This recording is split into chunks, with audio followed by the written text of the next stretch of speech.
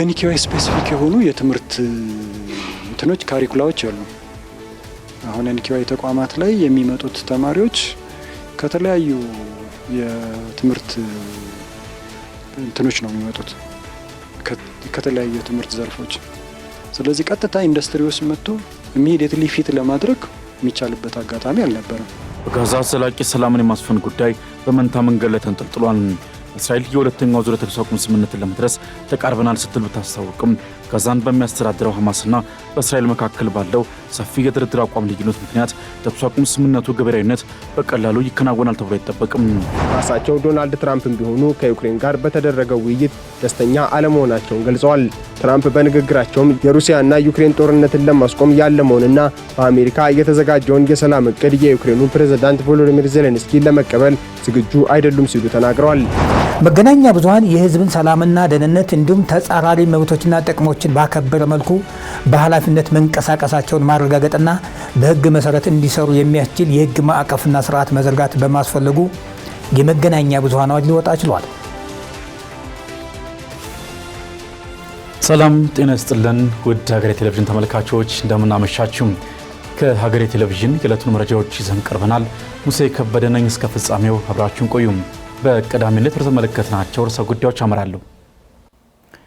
የመጀመሪያውን ዙር የጥራት መሰረተ ልማት ፕሮጀክት በሶስት ዘርፎች ላይ የነበረው የትኩረት አቅጣጫ በሌሎች ዘርፎችም ላይ ጥራትን በማረጋገጥ በዓለም ገበያ ውስጥ ዘልቆ ለመግባት ጥረት እንደሚደረግ ተገልጿል። በሀገር አቀፍ ደረጃ በእቅድ ተይዞ ሲሰራበት የነበረው የመጀመሪያው ዙር የጥራት መሰረተ ልማት ፕሮጀክትም በዛሬው ዕለት የመዝጊያ ስነ ስርዓት ተከናውኗል።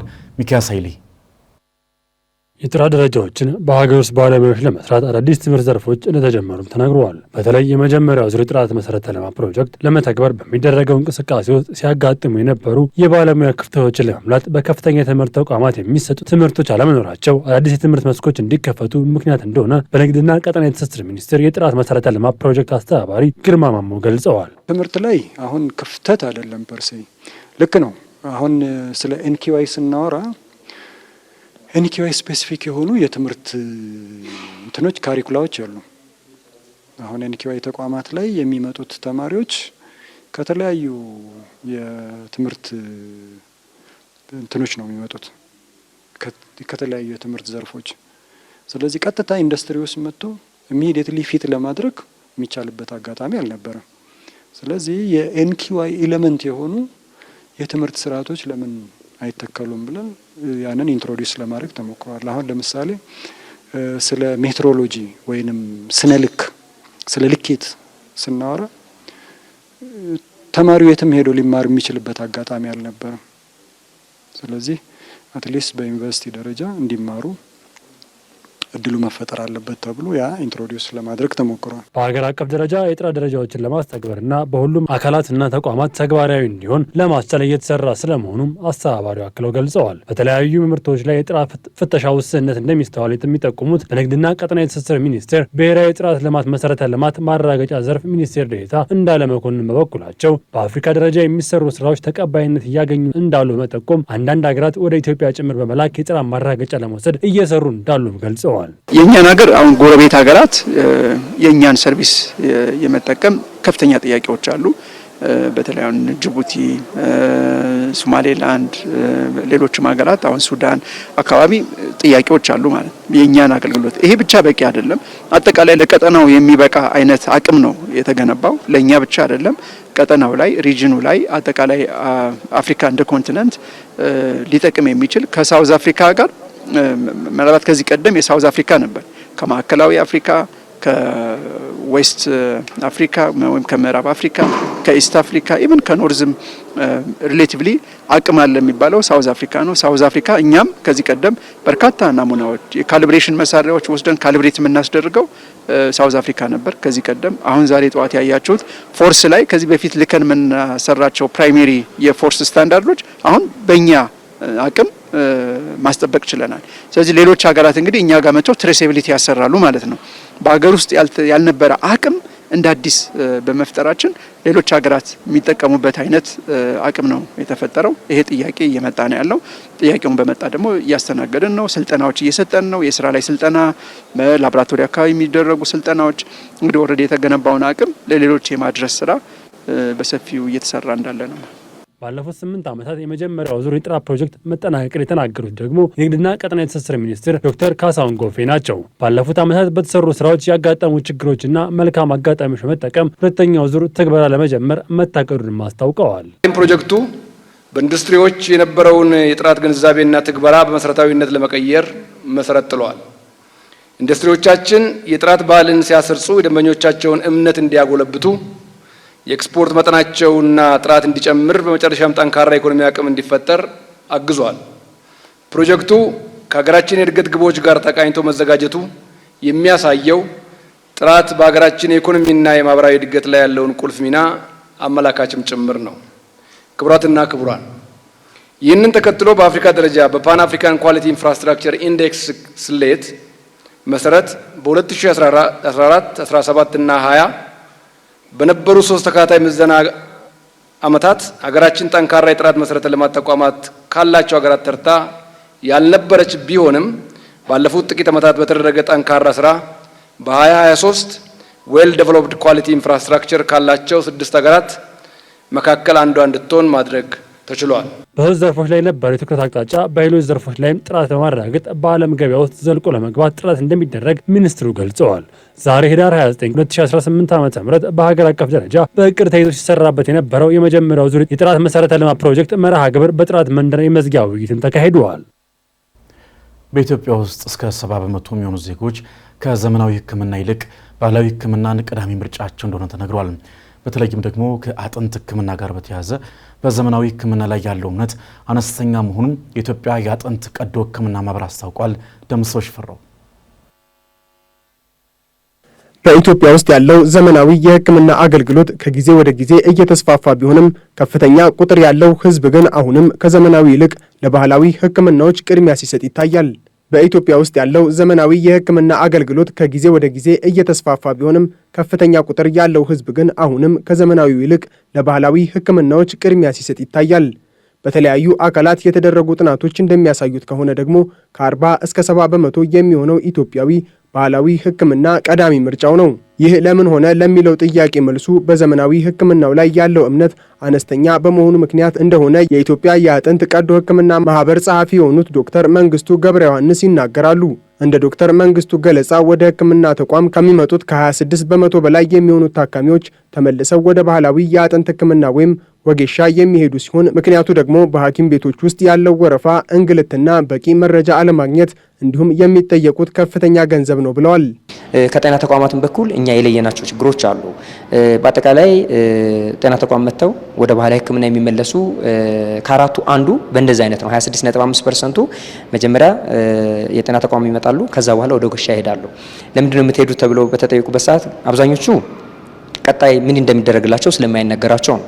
ሌላ ዌቲንግ ሊስት አለ፣ ወረፋ መጠበቅ 2 ቀን 3 ቀን ከዛ በላይ ሊሆን ይችላል። እሱን መጠበቅ አይችሉም። ብዙ ሰዎች ቶሎ ካልታከሙ ቀጥታ ባህላዊ ሕክምና በሄድ በቶሎ ወዲያውኑ ሕክምና ይሰጠኛል ብለው ስለሚያምኑ እንዲሄዱ ይገፋቸዋል።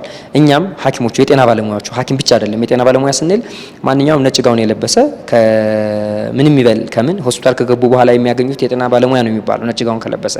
እነዛ ሰዎች ሁሉ ያለውን እቅድ ምንድነው ቀጣይ የሚደረግልህ የሚለውን በትክክል ስለማናስረዳቸው ወደ ተመልሰው ወደ ባህላዊ ሕክምና እንዲሄዱ የሚገፉ ፋክተሮች አሉ። መንገላታቶች አሉ። ድንገተኛ ክፍል መንገላታት ብዙ ጊዜ የሚስተዋል ነው። ስለዚህ እነዚህ ሁሉ እንደ ገፊ ምክንያት መታየት ይችላሉ እና ከተመለሱ በኋላ በሕክምና ተቋማት ውስጥ በአግባቡ ጊዜ ሰጥቶ የሚያክማቸው አለማግኘታቸውን እንዲሁም ሕክምናው በፍጥነት ውጤት ሊያመጣላቸው ባለመቻሉ የተነሳ ባህላዊውን መምረጣቸውን እንደሚነግሯቸው የገለጹት ደግሞ የኢትዮጵያ የባህል ሐኪሞች ማህበር ሰብሳቢ የሆኑት አቶ አሊ መሐመድ ናቸው። ብዙ ሰዎች ይመጣሉ። ምክንያታቸው እንመዘግባለን። የመጡበትን የወሰዱትን መድኃኒቶች ሁሉ እንይዛለን እና አብዛኛዎቹ የሚያነሱት ምንድን ነው?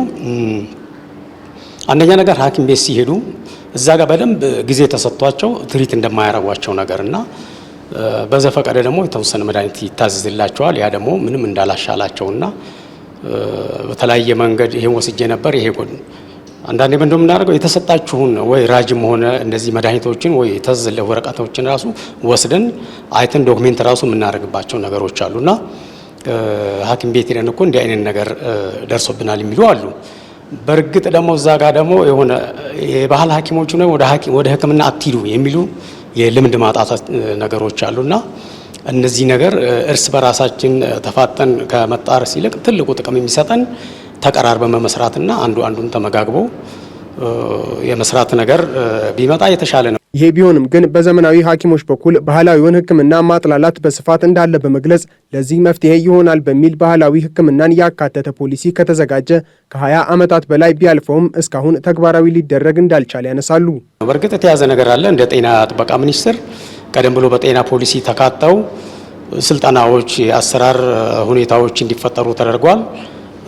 ግን በደንብ ከወረቀት የዘለለ ተሰብሮ ተገብቶ እንዲሰራ የተደረገ አጠጋቢ ነገር የለም። ምንድነው ገብታችሁ ስሩ ከኛ ጋር ስሩና የአሰራር ሁኔታዎችን ላቦራቶሪዎችን ወደ ዘመናዊ እንዳደጉ ሀገሮች ወደ ዘመናዊ እንዲመጣ ብዙ ጊዜ ይሄንን እንጠይቃቸዋለን። ትልቁ ችግር ምንድነው? በጣም ውስብስብና ሰፊ እንደመሆኑ መጠን የበጀት እጥረት አለ። ለአንድ ዓመት ለዚህ ተብሎ የሚያዝ በጀት የለም። ያ በጀት ደግሞ እንደተፈለገው እንዳንሄድ ያደረገ ሁኔታ አለ እንጂ እኛ እየጠየቅን ነው። ቀርበን ከኛ ጋር አብረን እንድንሰራ የተደረጉ ነገሮች አሉ። እንቅፋት የሆኑ ነገሮች እነዚህ ናቸው። ባህላዊውንና ዘመናዊውን የአጥንት ሕክምና ከማስተሳሰር ጋር በተያያዘ የኢትዮጵያ የአጥንት ቀዶ ሕክምና ማህበር ከጤና ሚኒስቴር ጋር በመተባበር የባህል ሐኪሞች ተመዝግበው ስልጠና የሚያገኙበትንና ቁጥጥር የሚደረግበትን አሰራር ለመፍጠር እየሰሩ እንደሚገኙ ገልጸዋል። ከጤና ሚኒስቴር ጋር አብረን በመስራት ላይ እንገኛለን። እሱን እየሰራን ያለነው ምንድነው? እነዚህ ባህላዊ ሕክምና የሚሰጡ አካላት አንደኛ ተመዝግበው መያዝ አለባቸው፣ እነማን ናቸው የሚለው። ሁለተኛ ከተመዘገቡ በኋላ ስልጠና የሚያስፈልጋቸው ከሆነ መሰልጠን፣ በሰለጠኑት መሰረት መስራታቸውን ደግሞ ማረጋገጥ የሚፈልጉ ነገሮች አሉት። ስለዚህ ከጤና ሚኒስቴር ጋር ጥናቱ ሲጀመር ገና አብረን ነው የምንሰራው። አሁንም አብረን እየሰራን ነው። ዶክሜንቶችን እያዘጋጀን ነው። እነዚህ የባህላዊ ሕክምና የሚሰጡ ሰዎች የመጀመሪያ ሕክምና እርዳታ እንደሚሰጡ ሰዎች ፕራይመሪ ሄልዝ ኬር የሚባለው ላይ ቢገቡ በደንብ መስራት ይችላሉ ብለን እናምናለን። የትኞቹን መንካትና የትኞቹን ደግሞ መንካት እንደሌለባቸው ማሳወቅ፣ በዶክሜንትም በስልጠና ማሳወቅ ግን ግድ ይላል ማለት ነው።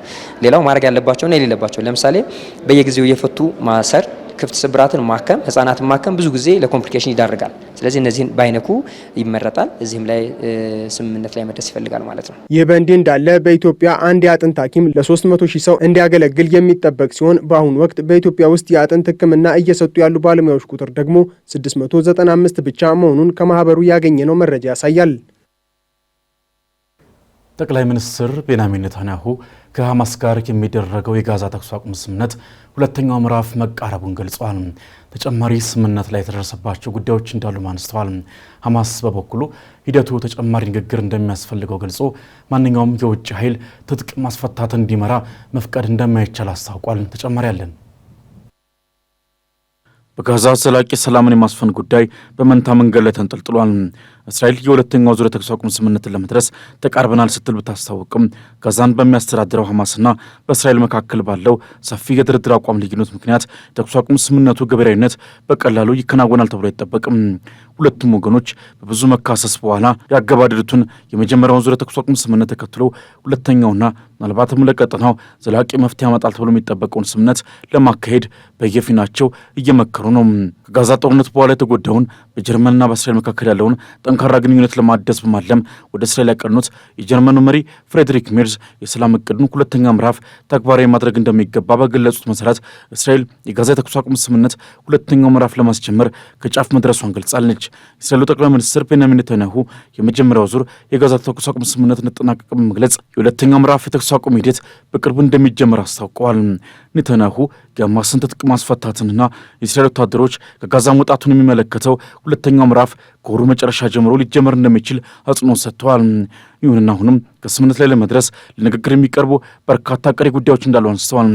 ኔታንያሁ የጀርመኑን ቻንስለር ፍሬድሪክ መርዝን በጀሩሳሌም ተቀብለው ባነጋገሩበት ወቅት ሁለተኛው ዙር ድርድር ትኩረቱ በጋዛ የሐማስን አገዛዝ ማቆምና ቡድኑ ግዛቱን ከወታደራዊ ኃይል ነጻ ለማድረግ ያለመውን ከአሜሪካና ሀሳብ ውስጥ ያሉትን ግዴታዎች እንዲያከብር ማረጋገጥ ላይ እንደሚሆን ተናግረዋል።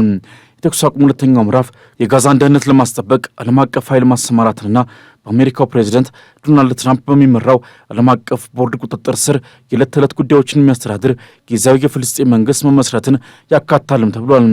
ሐማስ መጨረሻውን የታጋች አስክሬን ለእስራኤል ካስረከበ በኋላ በመካከለኛው ምስራቅ ጋዛን በተመለከተ ወሬዎች ሁሉ ስለ ቀጣዩ ስምምነቱ ሂደት ሆነዋል።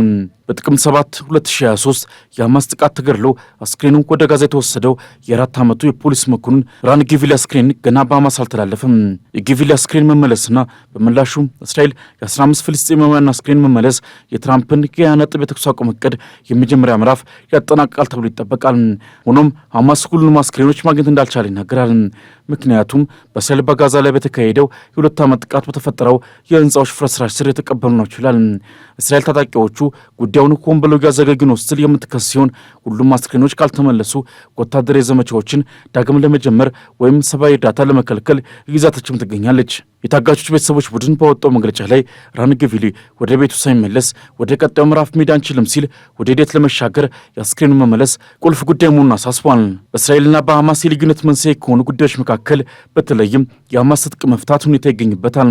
አልጀዚራ እንደዘገበው ከሆነ ከፍተኛ የሐማስ ባለስልጣን ባሰም ናኢም በበኩላቸው የአሜሪካው ረቂቅ እቅድ ብዙ ማብራሪያዎችን ይፈልጋል ብለዋል።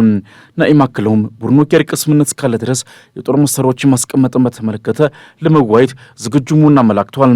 ነገር ግን ማንኛውም የውጭ ኃይል ትጥቅ ማስፈታትን እንዲመራ መፍቀድ እንደማይቻል ገልጸዋል።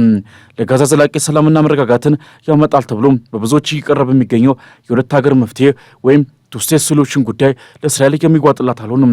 ጀርመንን ጨምሮ በርካታ ሀገራት ይህን ሀሳብ በመፍትሄነት እያቀረቡ ቢሆንም እስራኤል ግን ፈጽሞ የምትቀበሉ አልሆንም። የመጀመሪያው ዙር የተኩስ አቁም ስምምነት በበርካታ ጊዜያት ከጣሰ ቢቀጥልም ወደ ቀጣዩ ሁለተኛው ዙር የስምምነቱ ምዕራፍ መሸጋገር ካልተቻለ ለጋዛም ሆነ ለቀጠናው የተሟላ ሰላምን ማምጣት እንደማይቻል ታምናል። የተኩስ አቁም ከተጀመረ ወዲህ እስራኤል የጸጥታና ደህንነት ምክንያት እየጠቀሰች በጋዛ የአየር ጥቃቶችን የፈጸመች ሲሆን እንደ ጋዛ ጤና ጥበቃ ሚኒስቴር መረጃ 373 ፍልስጤማውያን መሞታቸው በዘገባው ተገልጿል። የአሜሪካው ፕሬዚዳንት ዶናልድ ትራምፕ ከዩክሬኑ ጦርነት ራሳቸው ሊያርቁ ይችላል ሲል ልጃቸው ትራምፕ ጁኒየር አስታውቋል። ፕሬዚዳንት ትራምፕ ደግሞ በአሜሪካ በኩል የቀረበውን የሰላም እቅድ ፕሬዚዳንት ዘለንስኪ እንዳላነበቡ ገልጸዋል። በዚህም ደስተኛ አይደለሁም ብሏል። ደምሰው ሽፈራው መቋጫ ሳያገኝ ለዓመታት የዘለቀው የሩሲያና ዩክሬን ጦርነት ከሩሲያም ሆነ ከዩክሬን በኩል በሚቀርቡ የተለያዩ ምክንያቶች የተነሳ የሚፈለገው ሰላም ሊመጣ አልቻለም። በዚህም ዙሪያ በተደጋጋሚ ሲወቀሱ የሚሰሙት የሩሲያው ፕሬዝዳንት ቭላዲሚር ፑቲን ቢሆኑም ከቅርብ ጊዜያት ወዲህ ደግሞ የዩክሬኑ ፕሬዝዳንት ቮሎዲሚር ዜሌንስኪም ለጦርነቱ መራዘም ዋነኛ ምክንያት ናቸው ተብለው ሲወቀሱ እየተሰማ ነው። በተለይም ደግሞ በጦርነቱ ላይ ከፍተኛ ሀብት በማፍሰስ ለዩክሬን ድጋፍ ስታደርግ በቆየችው አሜሪካ ባለስልጣናት በኩል ተደጋግሞ መነሳት የጀመረ ጉዳይ ሆኗል። ዘኢንዲፔንደንት በዛሬው ዕለት ይዞት በወጣው ዘገባ ደግሞ የአሜሪካው ፕሬዝዳንት ዶናልድ ትራምፕ ልጅ የሆነው ትራምፕ ጁኒየር በዩክሬን እየተካሄደ ላለው ጦርነት ተስፋፍቶ መቀጠል ዘለንስኪን ዋነኛው ተጠያቂ ናቸው ሲል መክሰሱን አስነብቧል። ትራምፕ ጁኒየር በአንድ ጉባኤ ላይ ባደረጉት ንግግር የአሜሪካው ፕሬዝዳንት ዶናልድ ትራምፕ ከዩክሬን ጦርነት ራሳቸውን ሊያርቁ ይችላሉ ሲሉም የተናገረ ሲሆን አሜሪካ ለዩክሬን ከፍተኛ ገንዘብ ፈሰስ እያደረገች እስከሆነ ድረስ ዩክሬን የሰላም አማራጭ ለመቀበል የምትገደድበት ሁኔታ አይኖርም ማለታቸውም ተሰምቷል። ከዚህም በተጨማሪ ዩክሬን በጣም ሙሰኛ የሆነች ሀገር ናት ሲሉ ገልጸዋታል። የሙስናው መጠንም አሜሪካና ምዕራባውያኑ በጠላትነት ከሚስሏት ሩሲያም የበለጠ አስከፊ ደረጃ ላይ ይገኛል ነው ያሉት። የዩክሬኑ ፕሬዝዳንት ዘለንስኪም ቢሆኑ ጦርነቱን ከመቋጨት ይልቅ የበለጠ ለተራዘመ ጊዜ እንዲቀጥል እየሰሩ ነው ሲሉ የተቿቸው ሲሆን ምክንያታቸው ደግሞ ከጦርነቱ በኋላ ይደረጋል ተብሎ በሚጠበቀው ምርጫ ላይ ዳግም እንደማያሸንፉ ስለሚያስቡ ነው ብለዋል። ትራምፕ ጁኒየር ይህንን አስተያየት የሰጡት የፕሬዝዳንት ዶናልድ ትራምፕ መልእክተኛ የሆኑት ስቲቭ ዊትኮፍ እና ጃሬድ ኩሽነር ከዩክሬኑ ፕሬዝዳንት ዘለንስኪ ጋር በአሜሪካው የሰላም አማራጮች ላይ በተወያዩ ማግስት ሲሆን ይህም የውይይቱ ውጤት አሜሪካንን የማያስደስት ሳይሆን እንዳልቀረ ተጠቁሟል። ይሁን እንጂ ከውይይቱ በኋላ አስተያየታቸውን የሰጡት ዘለንስኪ ከአሜሪካ ተወካዮች ጋር የተደረገው ውይይት ገንቢ የነበረ ቢሆንም ቀላል ግን አልነበረም ሲሉ የሂደቱን አስቸጋሪነት አብራርተዋል። ይህም የሚያመለክተው በሁለቱ አገሮች መካከል የጋራ መግባባት ቢኖርም እንኳን ዘላቂ ሰላም ለማምጣት በሚያስችሉ ጉዳዮች ላይ በዝርዝር መወያየትና መስማማት እንደሚያስፈልግ ነው። ራሳቸው ዶናልድ ትራምፕም ቢሆኑ ከዩክሬን ጋር በተደረገው ውይይት ደስተኛ አለመሆናቸውን ገልጸዋል። ትራምፕ በንግግራቸውም የሩሲያና ዩክሬን ጦርነትን ለማስቆም ያለመውንና በአሜሪካ የተዘጋጀውን የሰላም እቅድ የዩክሬኑ ፕሬዝዳንት ቮሎዲሚር ዜሌንስኪ ለመቀበል ዝግጁ አይደሉም ሲሉ ተናግረዋል። ፕሬዝዳንት ትራምፕ የአሜሪካና የዩክሬን ልዑካን በዋይት ሀውስ የሰላም እቅድ ላይ ሲያደርጉት የነበረውን የ3 ቀናት ውይይት ካጠናቀቁ ከጥቂት ሰዓታት በኋላ ከጋዜጠኞች ጋር ባደረጉት ቆይታ በዩክሬኑ መሪ ላይ ጥብቅ ትችትን ሰንዝረዋል። ትራምፕ የዜሌንስኪ ሰዎች እቅዱን ቢወዱትም ፕሬዝዳንት ዜሌንስኪ ግን እስካሁን ድረስ ሀሳቡን አላነበቡትም ማለታቸው ተሰምቷል። ትራምፕ አክለውም ሩሲያ በእቅዱ ዙሪያ ለስምምነት የቀረበ አመለካከት ያላት ሲሆን በአንጻሩ የዜሌንስኪ አስተዳደር ግን ደስተኛ ስለመሆናቸው እርግጠኛ አይደለሁም ብለዋል። ከዚህ በተጨማሪም ዜሌንስኪ በዩክሬናውያን ዘንድ ተወዳጅ እንደሆነ በመግለጽ ነገር ግን ዜሌንስኪ ህዝቡን የሚወድና ለህዝቡ የሚያስብ አይመስልም ሲሉም ወርፈዋቸዋል። ድርድሩም ወደፊት እንዳይራመድ እንቅፋት እየሆኑ ነው ብለዋል። የዜሌንስኪ ስምምነቱን ለመቀበል ዝግጁ አይደሉም ከሚለው የትራምፕ አስተያየት ጀርባ የሰላም እቅዱ ይዘት ላይ ያለውን ከፍተኛ የፖለቲካ ውጥረት ያሳያል። እንደ አሶሺየትድ ፕሬስ ዘገባ የትራምፕ አስተዳደር የመጀመሪያው የሰላም እቅድ ዩክሬን የተወሰኑ ግዛቶቿን ለሩሲያ አሳልፋ እንድትሰጥ የሚያስገድድ አንቀጽን እንደያዘ ያትታል። ይህ እቅድ በብዙ መልኩ ለሩሲያ የወገነ ከመሆኑ በተጨማሪም ፕሬዝዳንት ትራምፕ ጦርነቱን በቶሎ ለማቆም ካላቸው ፍላጎት የተነሳ ዩክሬን ከፍተኛውን ዋጋ እንድትከፍል ከፍተኛ ግፊት በማድረግ ላይ እንደሚገኙ ያሳያል ብሏል። ይህ የአሜሪካ እቅድ ከዜሌንስኪ የሉዓላዊነትና የግዛት አንድነት ጥያቄ ጋር በእጅጉን የሚጋጭ በመሆኑ የዩክሬኑ መሪ በቀላሉ ይሁን ብለው ውሳኔውን እንዳይሰጡ ያደረጋቸው ምክንያት እንደሆነም ይገመታል። ይሁን እንጂ ዜሌንስኪ በትላንትናው ዕለት ከአሜሪካው ልዑካን ጋር ያደረጉትን የስልክ ውይይት አስከትሎ በማህበራዊ ትስስር ገጻቸው ባሰፈሩት ጽሑፍ ዩክሬን እውነተኛ ሰላም ለማምጣት በሚደረገው ጥረት ከአሜሪካ ጋር በበጎ መንፈስ ለመስራት ቁርጠኛ ነች ያሉ ሲሆን ከዚህ ቀደም የሰላም እቅዱን በተመለከተ የተደረጉት ማሻሻያዎችም ጥሩ የሚባሉ ናቸው ብለዋል። ይህም በእቅዱ ላይ የዩክሬን ፍላጎቶችን ለማካተት አንዳንድ ለውጦች መደረጋቸውን የሚጠቁም ነው ሲል አሶሺየትድ ፕሬስ ዘግቧል። የሩሲያ መንግስት በበኩሉ የአሜሪካ የብሔራዊ ደህንነት ስትራቴጂን በመደገፍ ያልተለመደ የአድናቆት አስተያየት መስጠቱ ተሰምቷል። የክሬምሊን ቃል አቀባይ ዲሚትሪ ፔስኮቭ ከሩሲያው ታስ የዜና ወኪል ጋር ባደረጉት ቃለ ምልልስ አዲሱ የትራምፕ አስተዳደር ስትራቴጂካዊ ሰነድ ከሞስኮ አቋም ጋር በአብዛኛው የሚስማማ ነው ሲሉም ተናግረዋል። ሰነዱ አሜሪካ ከሩሲያ ጋር ያላትን ግንኙነት ማሻሻል እንደምትፈልግና ጦርነቱን ለማስቆምና ከሩሲያ ጋር ወደ ተረጋጋ ግንኙነት ለመመለስ ያላትን ፍላጎት የሚያሳይ ነው ተብሏል።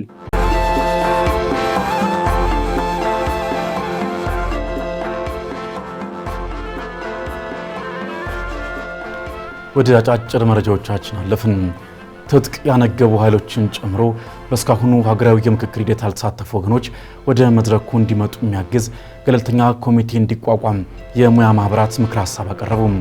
ምክረ ሀሳቡ የቀረበው የኢትዮጵያ ሙያ ማህበራት የላቀ ተሳትፎ ለሀገራዊ ምክክር ውጤታማነት የምክክር መድረክ ሲካሄድ ነው።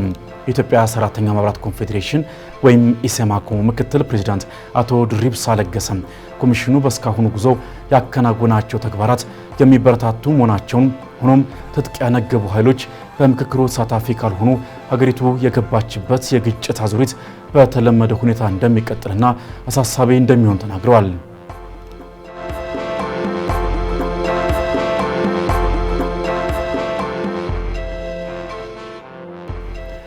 በሳውዲ አረቢያ በአስቸጋሪ ሁኔታ ውስጥ የነበሩ 2611 ኢትዮጵያውያን ወደ ሀገራቸው መመለሳቸውን ሴቶችና ማህበራዊ ጉዳይ ሚኒስቴር አስታወቀም።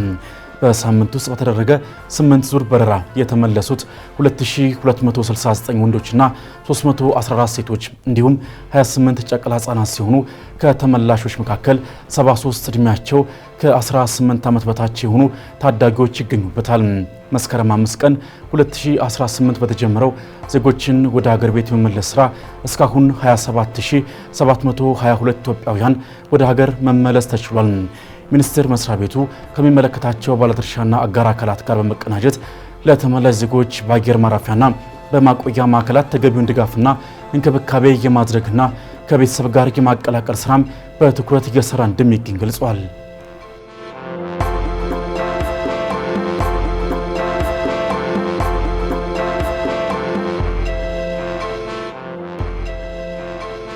የነዳጅ አቅራቢነት ፈቃድ አግኝተው በስራ ላይ ያሉ ሁሉም ነዳጅ አቅራቢ ኩባንያዎች በአንድ ማህበር እንዲደራጁ ሊደረግ ነው ተባለም።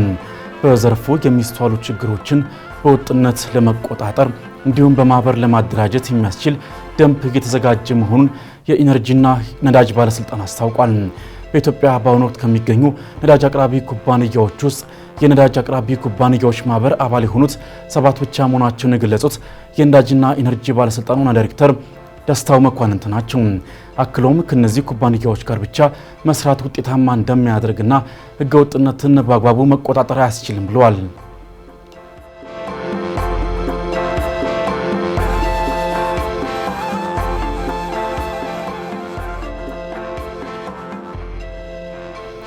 ከውጭ የቱኒዚያ ዋና የሰራተኛ ማህበር የደሞዝ ጭማሪ እንዲደረግ ለመጠየቅና መንግስት በተቾች ላይ ያደረገ ያለውን ተባብሶ የቀጠለ እርምጃ ለመቃወም አገር አቀፍ የሥራ ማቆም አድማ ጠራ።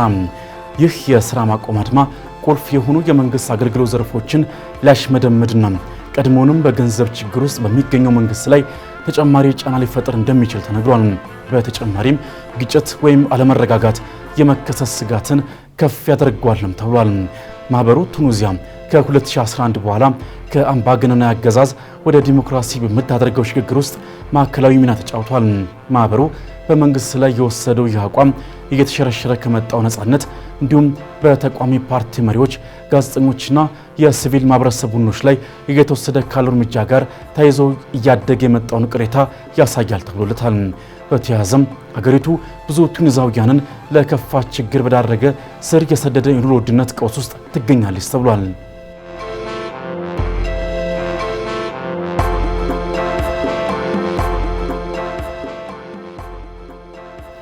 በመጨረሻም ታይላንድ ፕሬዚዳንት ዶናልድ ትራምፕ ያሸማገሉት የተኩስ አቁም ስምምነት ተጥሰዋል በሚል በካምቦዲያ ላይ የአየር ጥቃት መፈጸሟን አስታወቀች።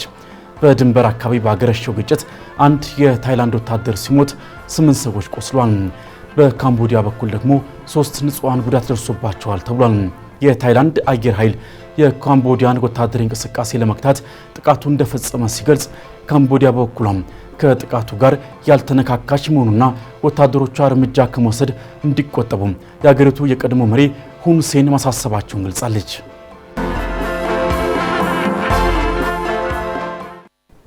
ከቻይና ወደ አሜሪካ የሚላከው ምርት በ29 በመቶ ቢቀንስም የቻይና አጠቃላይ የውጭ ንግድ በህዳር ወር ያልተጠበቀ የ5.9 በመቶ እድገት በማስመዝገብ የኢኮኖሚ ባለሙያዎችን ግምት አልፏል።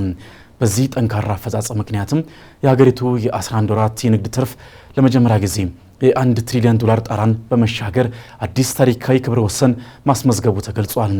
የሪል ስቴት ቀውስና የአሜሪካ ገበያ መቀዛቀዝ ፈተና ቢሆኑም ቻይና ወደ አፍሪካና ሌሎች ቀጠናዎች የንግድ መዳረሻዎቿን በማስፋት ኢኮኖሚዋን ማረጋጋት መቻሏም ተመላክቷል።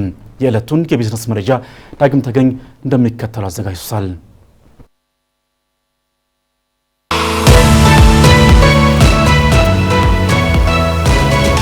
ከወር በፊት ካጋጠመው ያልተጠበቀ የንግድ መቀዛቀዝ በኋላ የቻይና የውጭ ንግድ በህዳር ወር ወደ እድገት ጎዳና መመለሱ ተገልጿል። ይህ የሆነው ወደ አሜሪካ የሚላከው ምርት ካለፈው ዓመት ተመሳሳይ ወቅት ጋር ሲነጻጸር በ29 በመቶ ገደማ መቀነሱ ከተነገረ በኋላ ነው። ይህም ለ8ኛ ተከታታይ ወር የተመዘገበ ባለ 2 አሃዝ ቅናሽ ነው። በዛሬው ዕለት ይፋ የተደረገው የጉምሩክ መረጃ እንደሚያመለክተውም የቻይና አጠቃላይ የውጭ ንግድ በህዳር ወር በውጭ ምንዛሬ ካለፈው ዓመት በ5.9 በመቶ በማደግ 330.3 ቢሊዮን ዶላር ደርሷል። ይህም የኢኮኖሚ ባለሙያዎች ከሰጡት ግምት በላይ መሆኑ ተመላክቷል። በአጠቃላይ የውጭና የገቢ ንግድ መካከል ያለውን ሰፊ ልዩነት በማጉላት የጉምሩክ መረጃው እንደሚያሳየው የቻይና የንግድ ትርፍ ለመጀመሪያዎቹ 11 ወራት የ1 ትሪሊዮን ዶላር ጣራን በማለፍ ወደ 1.08 ትሪሊዮን ዶላር መድረሱ ተገልጿል። በፋክት ሴት ከተጠናከረው ይፋዊ መረጃ መሰረትም ይህ በየትኛውም ዓመት የተመዘገበ ከፍተኛ ክብረ ወሰን ሲሆን በ2004 ዓ.ም ከተመዘገበው የ992 ቢሊዮን ዶላር ጠቅላላ ዓመታዊ ትርፍም እንደሚበልጥ ነው ኤኤፒ ኒውስ የገለጸው። ከቻይና ወደ አሜሪካ የሚላኩ ምርቶች ቢቀንሱም ወደ ሌሎች መዳረሻዎች ማለትም ደቡብ ምስራቅ ኤሲያ፣ ላቲን አሜሪካ፣ አፍሪካና የአውሮፓ ህብረት የሚላኩ ምርቶች በከፍተኛ ሁኔታ ጨምረዋል። ምንም እንኳን በሪል ስቴት ዘርፍ ያለው ተከታታይ ድቀት በተጠቃሚዎች ወጪና በንግድ ኢንቨስትመንት ላይ ጫና እያሳደረ ቢሆንም የቻይና የገቢ ንግድ በህዳር ወር በ1.9 በመቶ አድጎ ከ218.6 ቢሊዮን ዶላር በላይ ሆኗል። ይህም ከጥቅምት ወር የ1 በመቶ እድገት የተሻለም ነው። በጥቅምት ወር መጨረሻ በደቡብ ኮሪያ በተካሄደው የአሜሪካው ፕሬዝዳንት ዶናልድ ትራምፕና የቻይናው መሪ ሺጂንፒንግ ስብሰባ ላይ በአሜሪካና በቻይና መካከል የ1 ዓመት የንግድ ስምምነት ላይ ተደርሷል። አሜሪካ በቻይና ላይ ጣለችውን ታሪፍ እየቀነሰች ሲሆን ቻይና በበኩሏ ብርቅዬ ማዕድናት ላይ ያደረገችውን የውጭ ንግድ ቁጥጥር ለማቆም ቃል ገብታለች። የአይኤንጂ ባንክ ግሬተር ቻይና ዋና ኢኮኖሚስት ሊን ሶንግ በሪፖርታቸው እንደጻፉት የህዳር ወር የውጭ ንግድ የታሪፍ ቅነሳው ሙሉ በሙሉ ያንጸባረቀ አይመስልም፣ ይህ በቀጣዮቹ ወራት የሚታይ ይሆናል ሲሉ ግምታቸውን አስቀምጠዋል። ይፋ ይፋዊ የዳሰሳ ጥናት እንደሚያመለክተው የቻይና የፋብሪካ እንቅስቃሴ በህዳር ወር ለ8ኛ ተከታታይ ወራት ቀንሷል። ኢኮኖሚስቶች ከአሜሪካ ቻይና የንግድ ስምምነት በኋላ የውጭ ፍላጎት ማገገሙን ለመወሰን ገና መሆኑን ገልጸዋል። የውጭ ንግድ አሁንም ጠንካራ በመሆኑ ኢኮኖሚስቶች በአጠቃላይ ቻይና ለዚህ ዓመት የያዘችውን የ5% አካባቢ የኢኮኖሚ እድገት ግብ እንደምታሳካም ይጠብቃሉ። ያም ሆኖ አንዳንድ ኢኮኖሚስቶች ቻይና በመጪዎቹ ዓመታት የውጭ ንግድ የገበያ ድርሻዋን ማሳደግ እንደምትቀጥል ያምናሉ። ሞርጋን ስታንሊን እንደሚተነብየው በ2030 የቻይና የዓለም የውጭ ንግድ ድርሻ አሁን ካለበት 15% ወደ 16.5% ያድጋል። ይህ እድገት የሚመጣው በዘመናዊ ማኒፋክቸሪንግና እንደ ኤሌክትሪክ ተሽከርካሪዎች፣ ሮቦቲክስና ባትሪዎች ባሉ ከፍተኛ እድገት ባላቸው ዘርፎች ባላት ብልጫ ነው። የሞርጋን ስታንሊ ዋና የኤሲያ ኢኮኖሚስት ቼታን አህያ በቅርቡ ባወጡት ማስታወሻ ላይ ቀጣይነት ያለው የንግድ ውጥረት፣ የገበያ ጥበቃና የጂ20 ኢኮኖሚዎች ንቁ የኢንዱስትሪ ፖሊሲዎችን ቢከተሉም ቻይና በዓለም አቀፍ የሸቀጦቹ ወጪ ንግድ ገበያ ላይ ተጨማሪ ድርሻ እንደምታገኝ እናምናለን ብለዋል።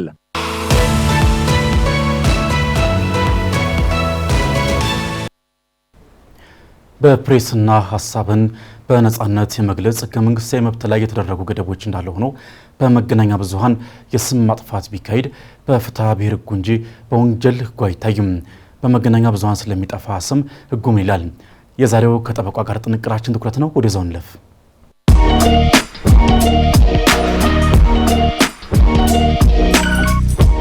ጤና ይስጥልን። የስም ማጥፋት ተግባር በመገናኛ ብዙሃን በፍትሐ ብሔር እንጂ በወንጀል የማያስጠይቅ መሆኑን በተመለከተ ገነክ መረጃ ላካፍላችሁ። ጠበቃ እንዳርጌ ካሴ ነኝ። አብራችን ቆዩ።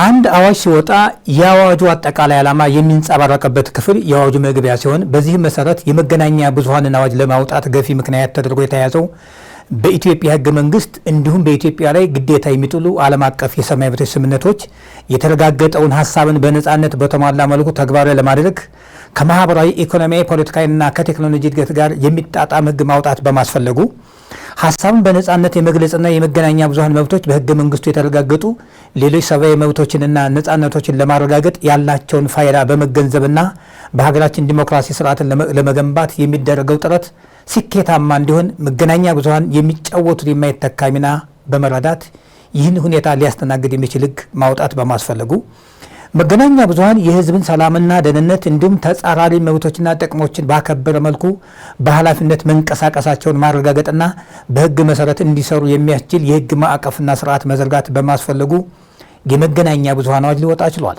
ከዚህ ላይ ልብ ሊባል የሚገባው የመገናኛ ብዙሃን የወጣበትን ገፊ ምክንያቶች እንደወረደ ከመግለጽ ያለፈ ስላተገባበሩ አላነሳንም። ወደ ዋናው ርዕሰ ጉዳያችን ስንመለስ የስም ማጥፋት ተግባር በመገናኛ ብዙሃን ሲፈጸም ከፍትሐ ብሔር ኃላፊነት በስተቀር በወንጀል የማያስጠይቅ መሆኑን የመገናኛ ብዙሃን ሕግ በግልጽ ደንግጓል። ወደ ዝርዝር ጉዳዩ ከመግባታችን በፊት የመገናኛ ብዙሃን አዋጁ ለራሱ ለመገናኛ ብዙሃን የሰጠውን ትርጉም እንመለከታለን። የመገናኛ ብዙሃን ማለት በየጊዜው የሚወጡ ህትመትን፣ የብሮድካስት አገልግሎትንና የበየነ መረብ የመገናኛ ብዙሃንን በመጠቀም የዜና ወይም የፕሮግራም ወይም የዜናና የፕሮግራም አገልግሎት ለህዝብ ለማቅረብ የተቋቋሙ አካላት ሲሆኑ መጽሐፍትን፣ ማህበራዊ መገናኛ ብዙሃንን፣ ጦማሮችንና በየጊዜው የሚወጣ ህትመት አካል ያልሆኑ ፎቶ፣ ስዕልና ካርቱንን ሳይጨምር የዜና አገልግሎት ድርጅቶችን ያካትታል። የበይነ መረብ መገናኛ ብዙሃን ማለት በመገናኛ ብዙሃን አገልግሎት አቅራቢው ይዘት ላይ የመወሰን ኃላፊነት ስር ዋነኛ ስራው ዜናና ፕሮግራምን መሰብሰብ፣ ማዘጋጀት፣ ማጠናከርና ማሰራጨት በሆነ ድርጅት በኢንተርኔት አማካኝነት የሚሰራጭ ምስል፣ ድምፅ፣ ቪዲዮና የድረገጽ ጽሑፍን በመጠቀም ወይም እነዚህን በማቀናጀት መረጃ የማስተላለፍ አገልግሎት ነው።